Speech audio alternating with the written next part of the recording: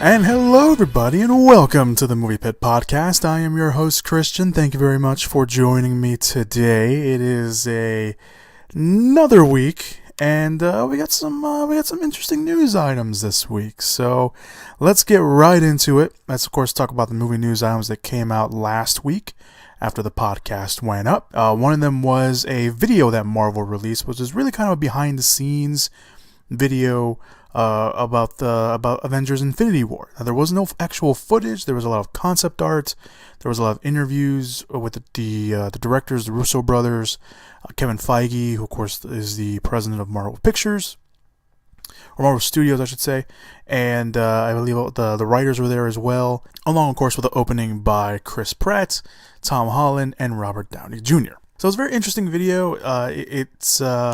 It was taken at the start of production and everything, so it's really cool. It's a really fun little video. If you want to go watch it, you can. I'll put a link down below if you haven't seen it already. Obviously, it came out last week, but if you haven't seen it yet, I'll put it down below if you want to go check that out.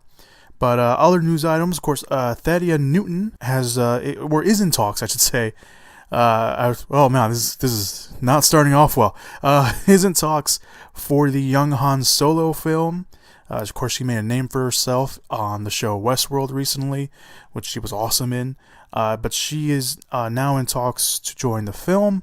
Of course, her role, no surprise, is being kept secret. But star power, and she has a recognition now because of Westworld. So the film is currently filming, and it is going to come out on May 25th next year. So there's that. Michael Douglas will return for Ant-Man and the Wasp, and the film will start filming this summer, so we'll be hearing a lot more probably of Ant-Man and the Wasp in the news cycle coming up. Douglas confirmed the news himself on his own Facebook page, joking that he would have to, quote, grow out his goatee, and even though, I think it's when I'm trying to remember when he signed on for the first film, I think they did say, unlike everyone else, he only signed a one-picture contract. Because everyone else signs a multi-picture contract. I was trying to remember, and I probably should have looked it up, but for whatever reason, I think this is the reason why I didn't look it up.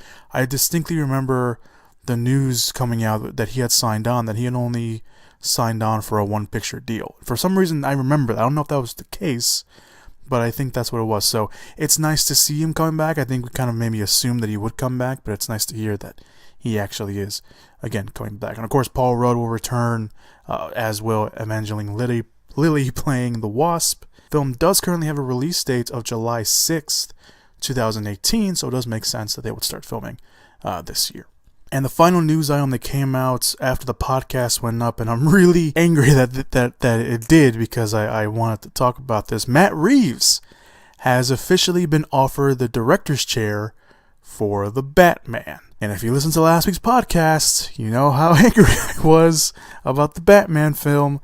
But it looks like we have a director, almost, pretty much. Matt Reeves, who has been on top of the list pretty much since Ben Affleck dropped out a couple weeks ago. There were reports saying that he was one of the front runners, or was the front runner to take the director's chair, and it looks like those reports said it's true. Now, there were other directors in consideration. This exclusive report came from Variety, but the Hollywood Reporter came out around the same time this news item broke out, that the studio was also looking at directors like Ridley Scott, which I think is a very interesting name, and Fede Alvarez, who directed the Evil Dead remake and directed Don't Breathe. But of course, they ultimately went with Reeves, since he was pretty much their top choice, pretty much from the very beginning. So Variety broke the news and said the script is still in development, despite what rumors are being flown around out there, and they assume that Reeves will want to put some input into the script now that he is a director. Personally, I liked Reeves. I hope I mentioned last week when his name popped up that I'm a huge fan of Reeves. I've liked what he's done with the Planet of the Apes films. Dawn of the Planet of the Apes was a really great movie. I can't wait to see what he does with War of the Planet of the Apes, which comes out later this year. I just think he's a really he's a really good director. And Cloverfield, he directed Cloverfield, and I know there's a lot of hate for Cloverfield, but I personally didn't mind Cloverfield. And for someone to go from a found footage movie to a Planet of the Apes movie, and there's a huge difference there. But I think he's just one of those talented directors that I think whatever you put in front of him, he's going to try to do his best with it, and he's going to try to elevate whatever it is the source material is. So I can't wait to see what he does with it. Hopefully there's not too much studio interference, and they just let Matt Reeves do what he wants to do, and hopefully he stays on longer than a few months, because we all know they can't keep a director more than a few months. I'm looking at you, Flash. I'm pretty happy with this pick. I like Reeves. He's a great director, and I think he's a great choice. It seems like everyone, when this news broke out, that everyone was okay with Reeves being the director. So I'm all game for it. And of course, there's rumors that came out that maybe Ben Affleck wants out of the Batman. I wasn't going to talk about it, but I feel like I have to talk about it because it was a big rumor that came out at the beginning of the week. It's not true. There's no official confirmation on that. Of course, the studio's not saying anything. Maybe they're finally learning. They're like, no, we're trying to keep this in-house as much as possible. But right now, we have a director for the Batman in Matt Reeves. Let's just enjoy that win. Let's enjoy it, please. And we're not done talking about the DC Extended Universe. We'll talk about that a little later on in the podcast for our big news item of the week. So, let us talk about... So those were all the news items that came out after the podcast one, or at least the big ones anyway. So let's talk about the podcast. Let's talk about the news that came out this week. Obviously, we're talking about the podcast because we're on the podcast. I'm all disheveled today. I don't know what the hell's going on with me. Wow. All right, let's get to the news items. King Kong, the new King Kong film, Kong Skull Island, will have a post-credit sequence. There's no details on what the sequence could be, but since all the internet people know that there's going to be a King Kong versus Godzilla film, maybe there's a tie-in to that. So Kong Skull Island comes out in a few weeks, something like that. Just be on the lookout for that. I will remind you guys that there is a post-credit sequence, but for the meantime, just know there is a post-credit sequence for Kong Skull Island. Steven Spielberg's Amblin Entertainment banner picks up a female assassin film called Ruthless. Steven Spielberg's production banner, Amblin Entertainment, of course we all see it in front of his own films, has picked up the script to the film Ruthless, which is about a female assassin film that is being described as a, quote, female John Wick. The film also has a director, Brad Peyton, who has directed a lot of the last Rock films, The Rock, I should say, oh my god, I'm blanking now. San Andreas. He directed San Andreas. That was the last film he directed. Of course, he directed Journey 2. He's directed a bunch of other stuff. He will also produce the film, of course, directed as well, like I just mentioned. The film itself centers on a retired assassin who returns to the game after being diagnosed with terminal brain cancer and needing one last job to provide for her daughter. So there's no cast yet. There's no... there's obviously a script because they picked up a script for the film. But there's no cast yet. I don't know. It sounds interesting. I mean, of course, the whole female John Wick thing is probably going to bring a lot of people in, but we'll see what happens there. Mahershala Ali joins Triple Frontier. Triple Frontier is looking to put a pretty good cast together. As Oscar nominee, Mahershala Ali has joined the action-adventure film that already has a cast of Channing Tatum and Tom Hardy. The film will be directed by J.C. Chandor and has a screenplay written by Mark Bull, who did The Hurt Locker and Zero Dark 30, and is set in the border zone between Paraguay, Argentina, and Brazil that is known for its criminal activities. I don't know why I said activities that way. But film looks pretty... I mean, look, you got Channing Tatum, you got Tom Hardy. It seems pretty cool. I think Catherine Bigelow was once attached to direct this film, but she dropped out because the studio... I believe the studio wanted Will Smith to be in the film, and she said no. And they're like, all right, well, we're just going to not give you the job then, which seems kind of weird because it's Catherine Bigelow. I mean, she's an awesome director. But, nonetheless, the cast looks pretty cool. Mahershala Ali is obviously on the rise thanks to his performance in Moonlight. So, and he's been around for a while, too. It's not like he just automatically just like... I think he went from that guy to being the guy that we all know now, and then we can't pronounce his first name. But yeah, Mahershala Ali is joined Triple Frontier, which should be pretty good. Jared Leto is set to make his feature directorial debut with 77. Jared Leto will adapt a novel by James Ellroy. Leto will direct the film 77, which is set in the politically charged 1974 Los Angeles. The story centers around two police officers who team up to recover kidnapped heiress Patty Hearst, while simultaneously investigating the brutal murder of a fellow officer.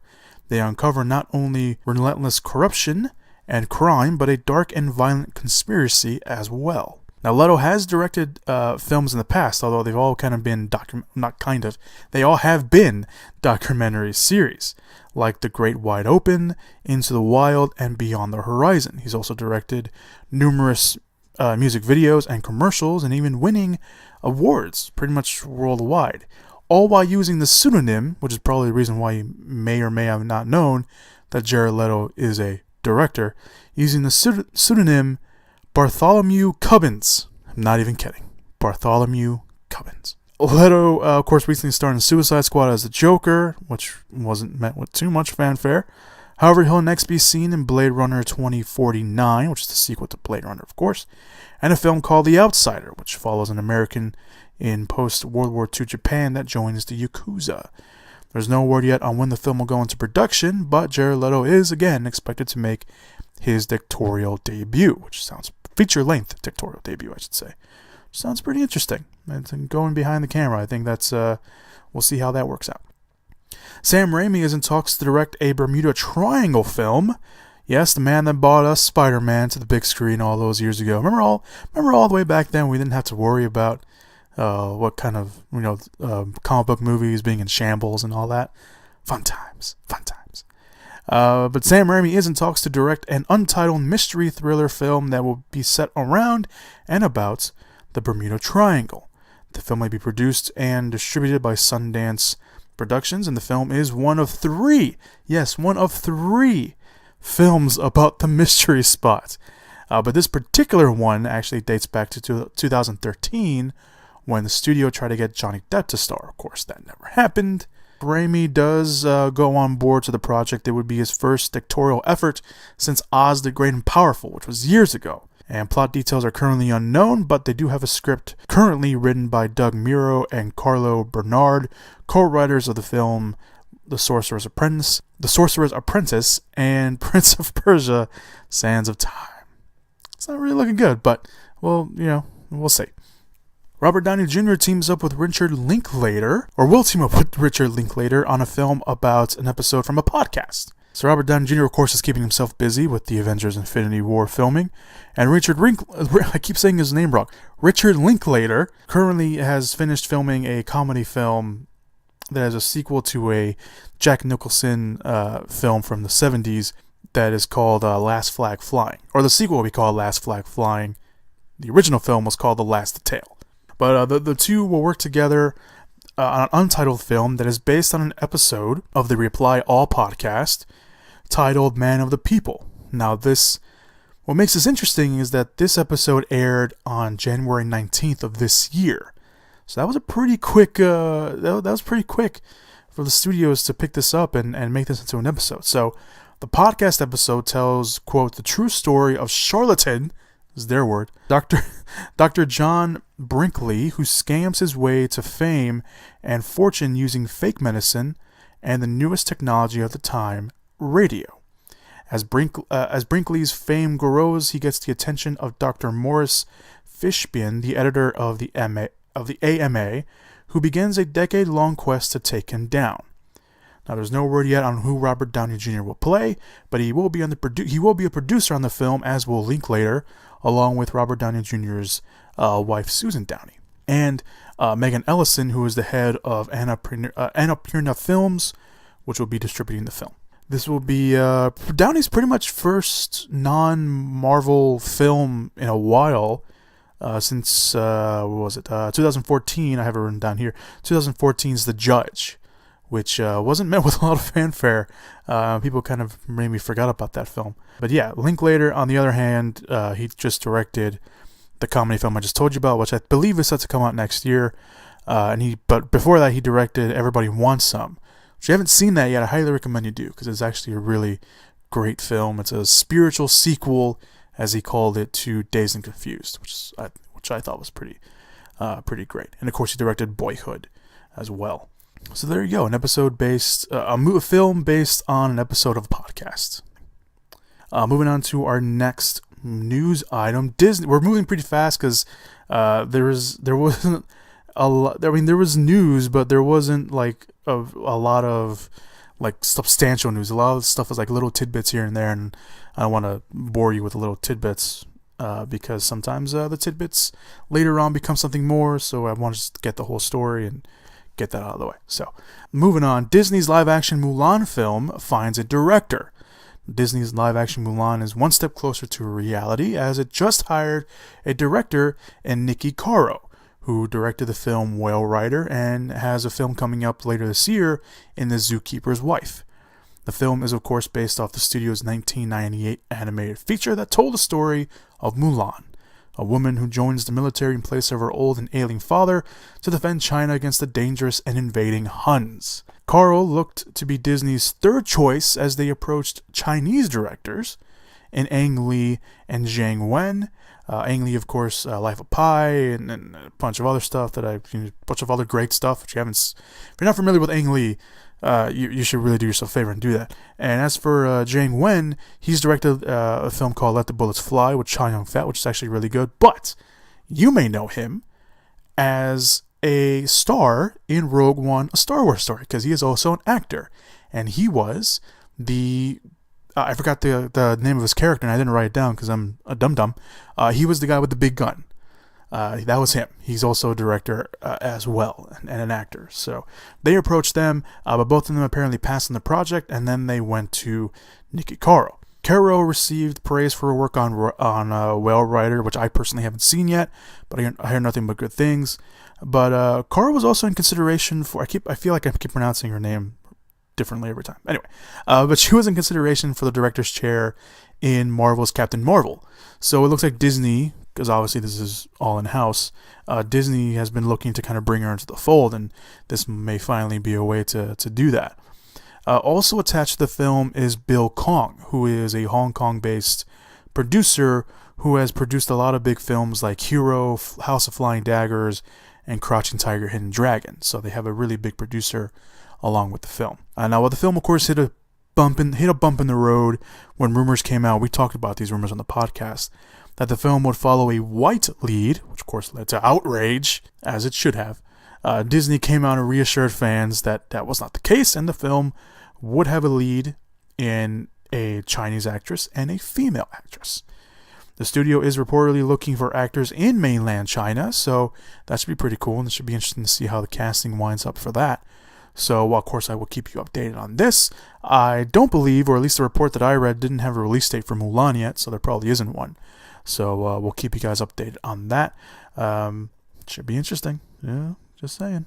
All right, so this next news item is about a project that has been going on that I haven't actually talked about on the podcast because I didn't know if it was going to be released in like theaters. I knew it was going to be released in theaters, probably in limited release, but by the sounds of it and by the cast of it, maybe it could be released nationwide. We'll find out. Fighting with My Family is getting a rather impressive cast. Dwayne "The Rock" Johnson. Yes, Dwayne "The Rock" Johnson. Why did I say his name 2 times? That was weird. I don't know what the hell's going on with me today, guys. I have no idea. Is producing a biopic about one of the most popular British wrestling families. Johnson will produce and have a small role through his $7 Productions banner and alongside WWE Studios with the film Fighting with My Family. The film is actually based off a TV documentary called The Wrestlers Fighting with My Family, and the film is based off the true story of WWE superstar Paige. Now, if you're a wrestling fan, you know who that is. If you're not a wrestling fan, hopefully you will at least gather. I'm about to read you the synopsis, what the film is about. So there is this. The film will follow the story of reformed gangster and former wrestler Ricky Knight and his wife Julia, their children Saraya and Zach. I think I'm pronouncing her. I just know where it's Paige, so I don't know her. I'm a wrestling fan, so I know who she is. But for whatever reason, I don't know. I always just call her Paige because that's what I know her. So I don't know her real. I don't know how to say her real name. I should say. But anyway, follows each other who make their living performing in tiny venues across the country. Theek and Julio want a better life for their children, and when brother and sister get a chance to audition for the WWE, it seems the family dream is coming true, and all their troubles will be solved. However, when Saria and Zach are about to learn that becoming a WWE superstar demands more than they ever imagined possible as athletes and siblings. I jumbled that synopsis up. But yeah, hopefully you get the basic picture. So, again, it's based off a documentary that was released of course, in the UK. And I don't know if it was released here in the States. But if it was, I missed it. But I'm pretty sure you can find it somewhere online if you really want to. So, the cast that they have, at least the well-known cast members that they have, are Nick Frost, of course, from all the Simon Pegg and Edgar Wright films like Hot Fuzz and The World's End and Shaun of the Dead. He's in there. I believe he's playing the father, and Lena Headey is playing Cersei from Game of Thrones. She's playing the mother, and they have a relatively young cast playing Paige and her brother and everyone else. The film actually just recently got Vince Vaughn to join the film, although his role is unknown at the moment. Some people are assuming that he's playing a wrestler. I believe some people are even assuming that maybe he's playing Vince McMahon, which seems kind of odd, but I guess if they do it right, who knows? But nonetheless, the story, if you're not a wrestling fan, you're not even familiar with this, Paige's story is rather interesting. She does have a rather interesting story, and it is ripe for the documentary, which I haven't seen, and hopefully I'll get a chance to see it, and for a movie. And just to give you a little hint, Paige jokes that she was born into the business because she kind of was. Her mother, who was a wrestler, wrestled with Paige in the womb because she didn't know she was pregnant with Paige. So for the first few months of her pregnancy, she was wrestling with Paige inside her, not knowing that.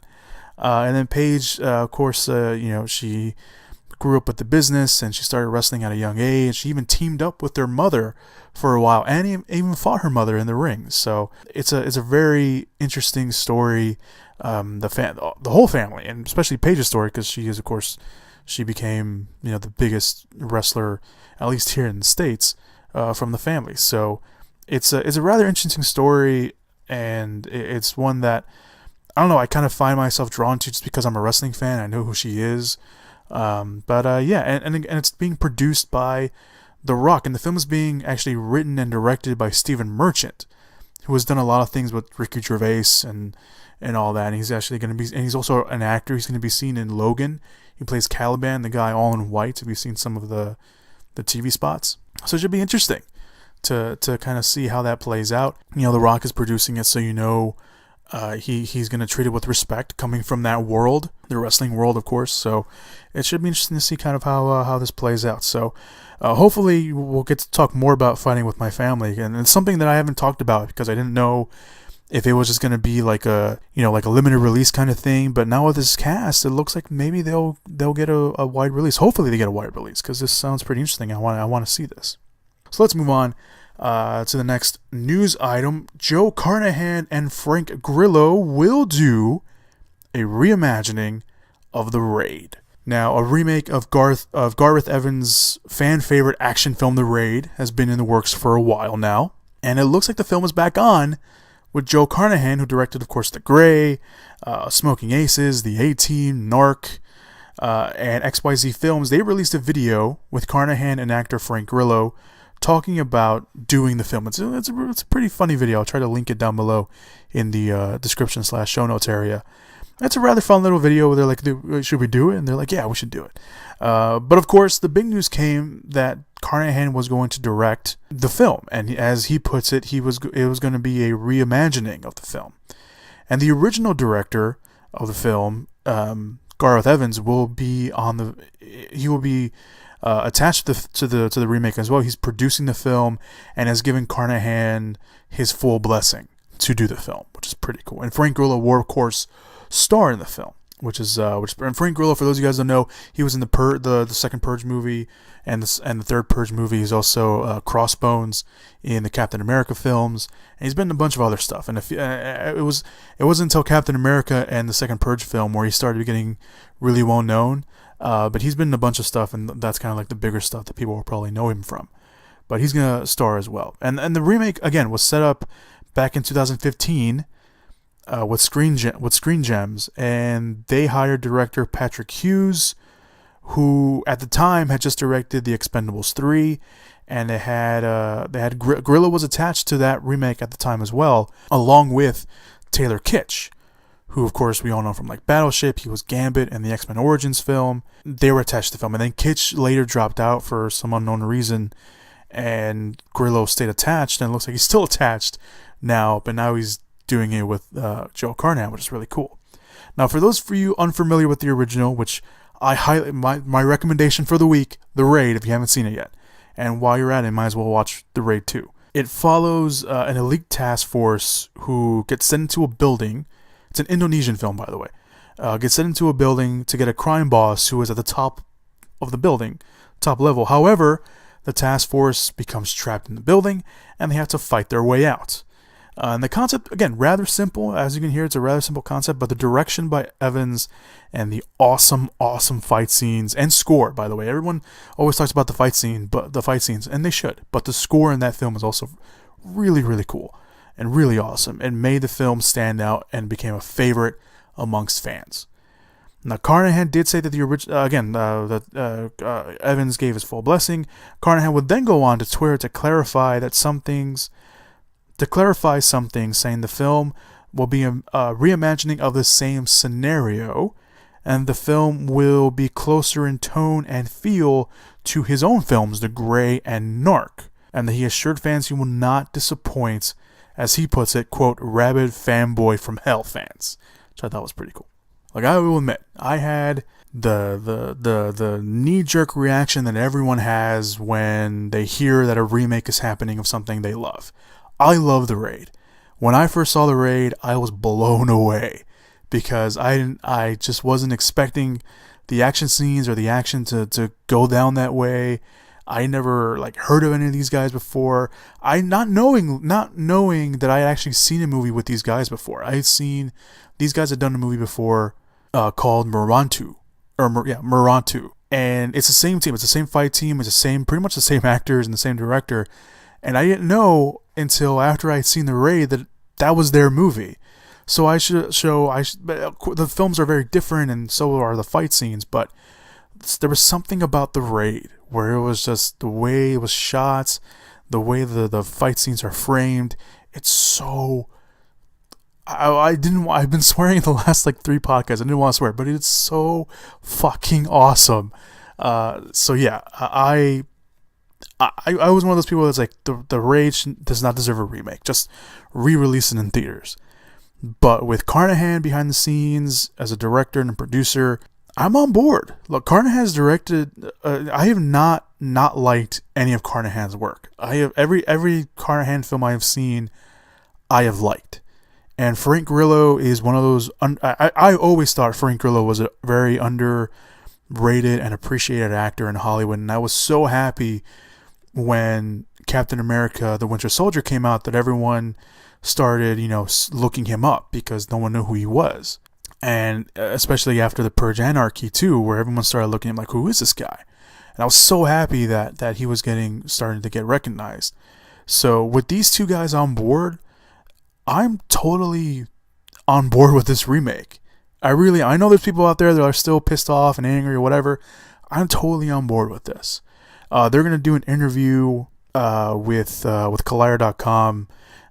If the interview isn't up by the time this podcast goes up, I will link it I'll probably link it anyway on the Facebook page or down below in the description / show notes area for those of you guys that want to read it, because they're going to do an interview, like a full in-depth interview and stuff like that. So obviously look for that link somewhere, whether it be here on the podcast or on the Facebook page.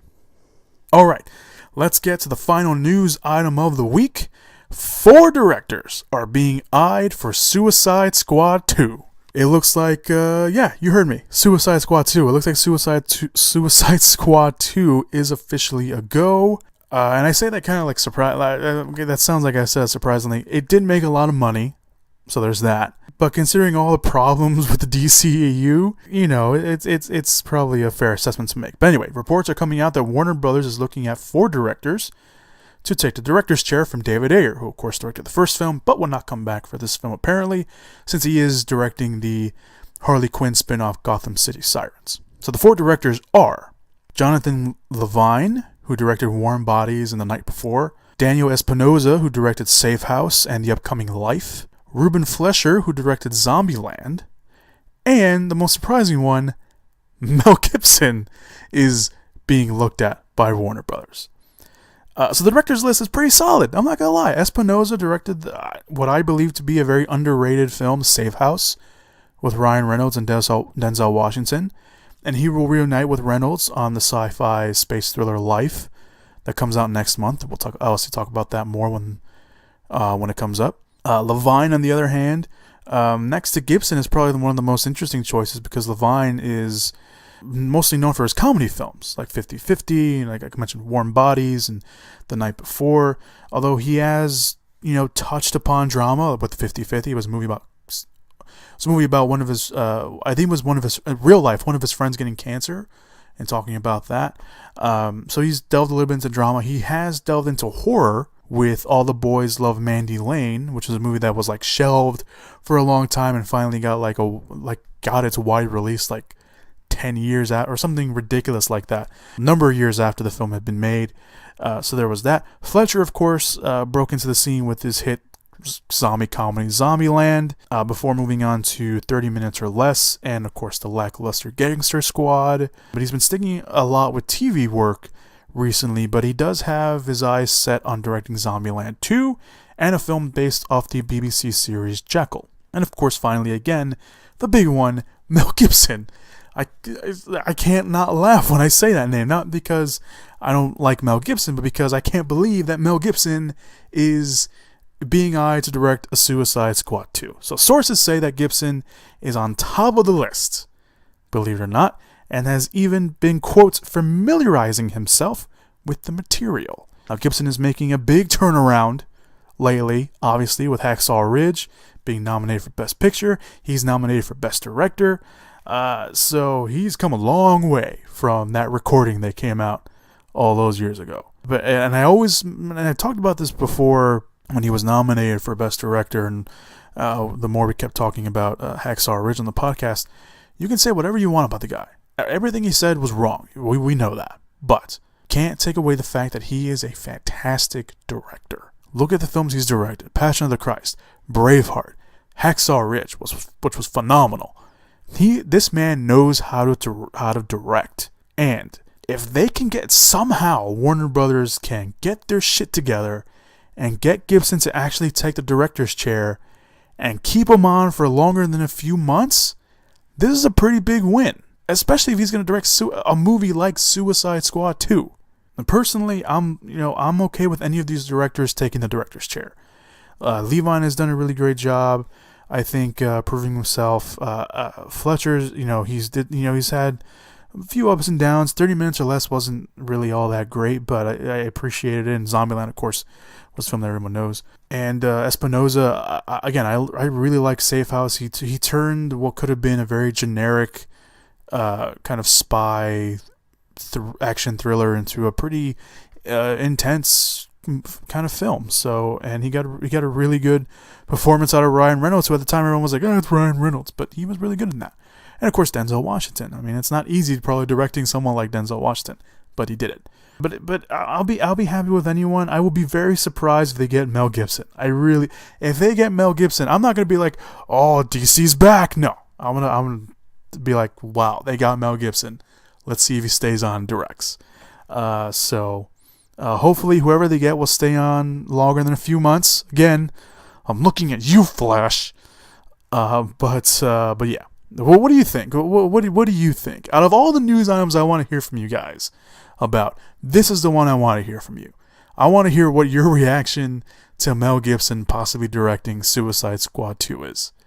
Because that, my friends, is, if they somehow get him, I should say, it's gonna be interesting. Again, look, everything he said was wrong. Okay, there's no coming back from that, or at least we thought there was no coming back from that, because he's back in the good graces, sort of, with Hollywood, with being nominated for an Oscar and his film being nominated for an Oscar. Should be interesting. It should be very interesting to see how this turns out. I'm not gonna lie. It should be interesting to see how this turns out.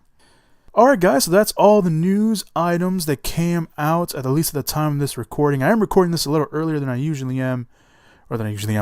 do, because surprisingly, once again, I have stuff to do this weekend. So, not that you care, but I do have, yeah, I'm recording this a little earlier than I usually am. So, that's all news items that came out, at least at the time of this recording. And let's move on to trailer talk. There was at least, again, by the time of this recording, 4 trailers that came out.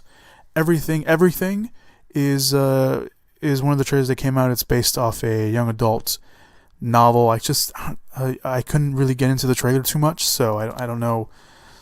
Maybe the next trailer will pull me in. Who knows about that? The first trailer for the Will Ferrell, Amy Poehler comedy The House came out.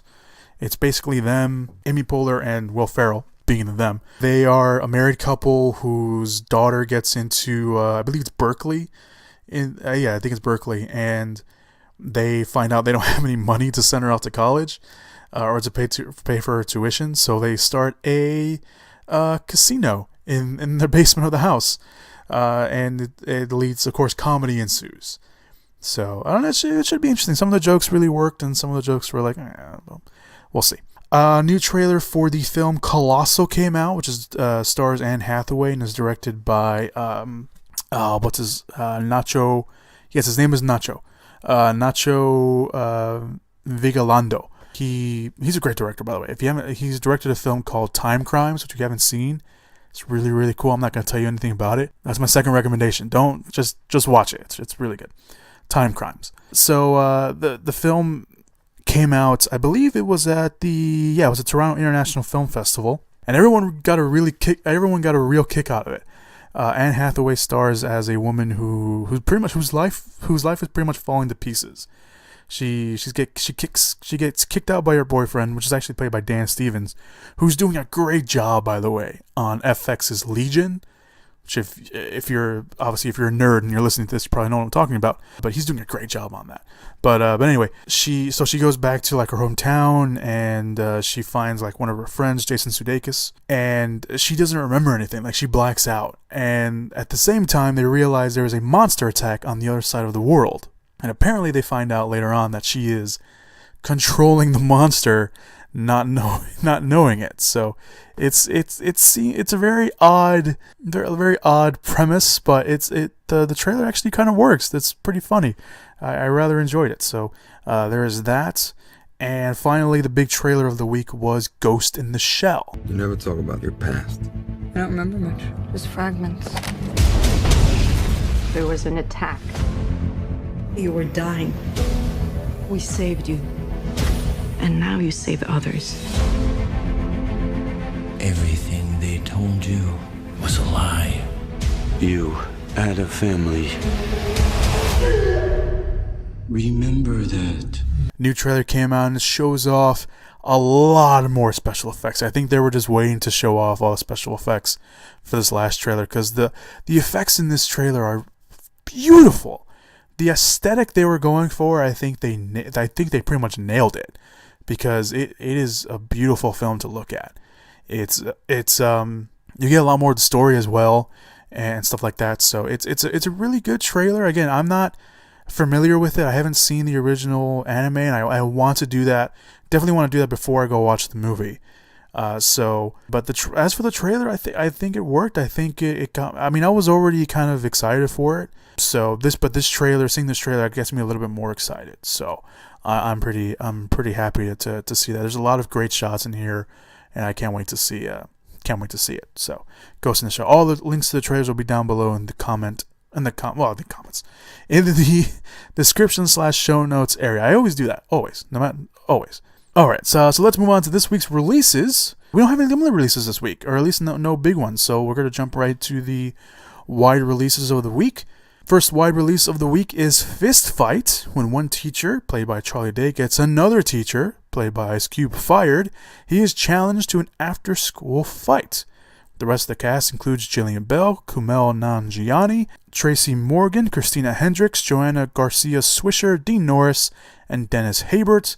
Film looks pretty funny. The reviews are, but the film looks pretty. The film looks pretty funny. I like Charlie Day. Ice Cube is good when he finds the right material. So I don't know. I'm gonna go watch it. So there is that. The next wide release is A Cure for Wellness, directed by Gore Verbinski. An ambitious young executive, played by Dan DeHaan, is sent to retrieve his company's CEO from the idyllic but mysterious, quote, wellness center, unquote, at a remote location in the Swiss Alps, but soon suspects that the spa's miraculous treatments are not what they seem.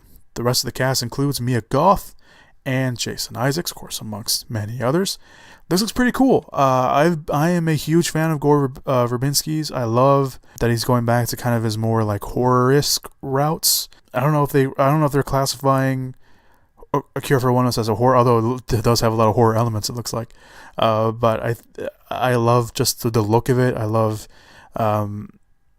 everything they've been releasing so far. So I'm really excited for this. Hopefully this I get a chance to watch this weekend.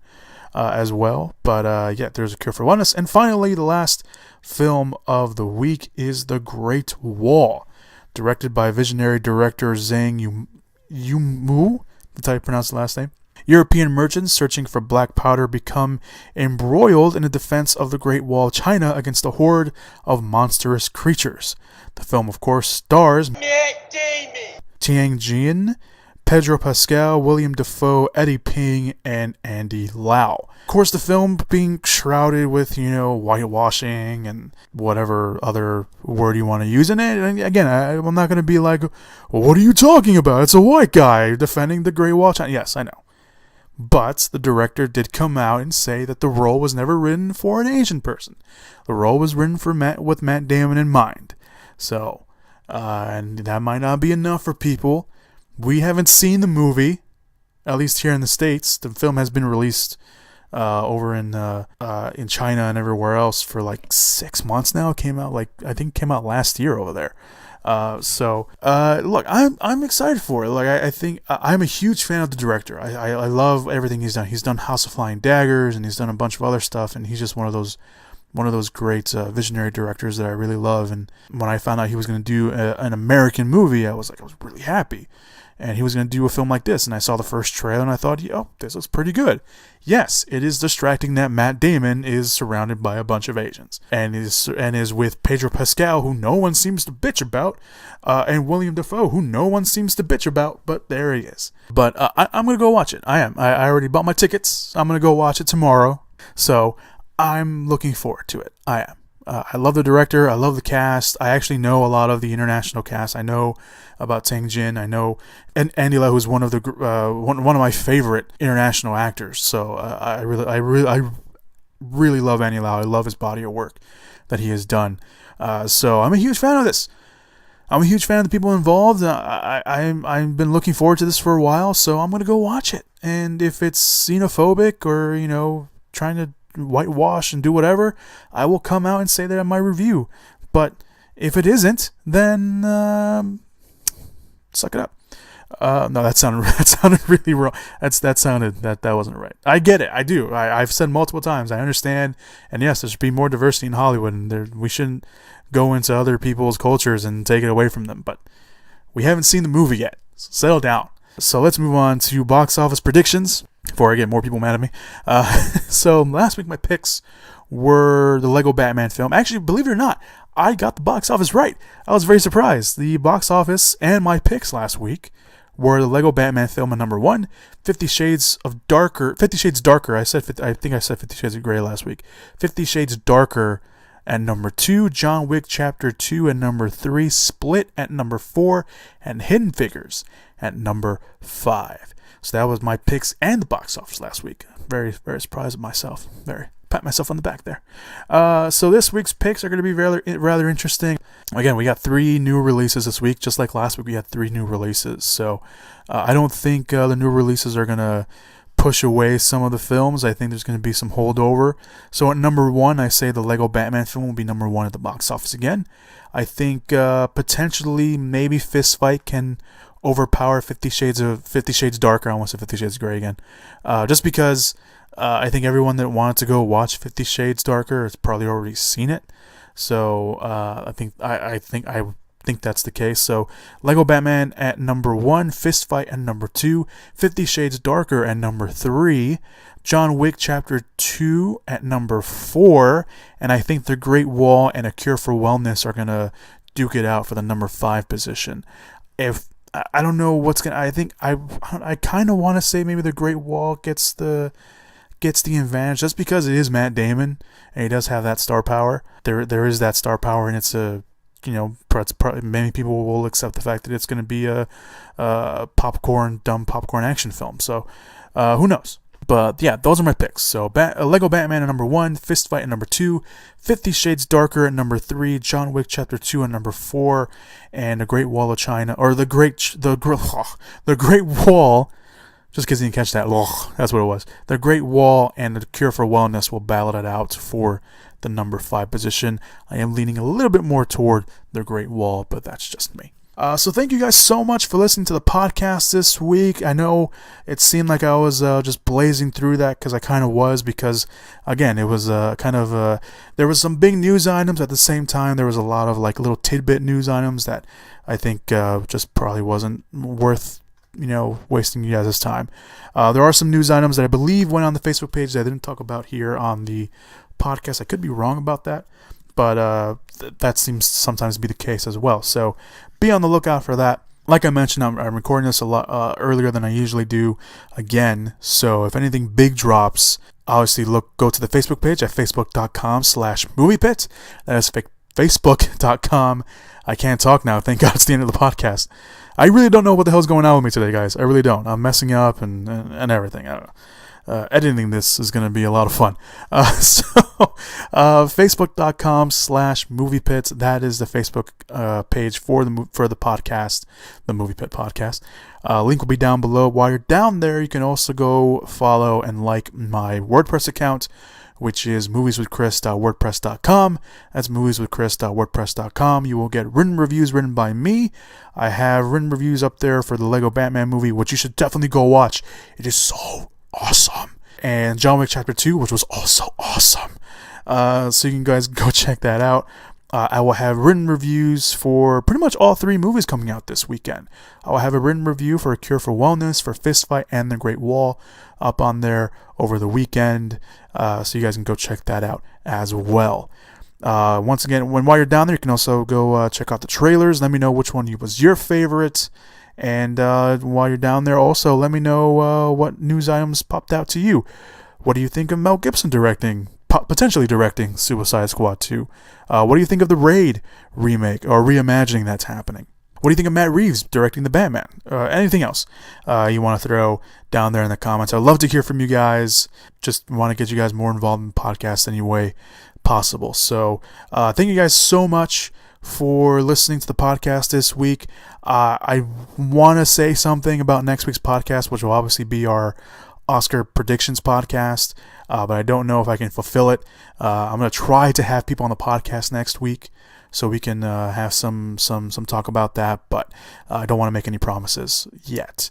So it might just be a solo podcast again, but I'm really hoping I get some people, or at least one other person, to do box office predictions next week. But we will cross that bridge when we get to it, and obviously you guys will know beforehand if that is the case.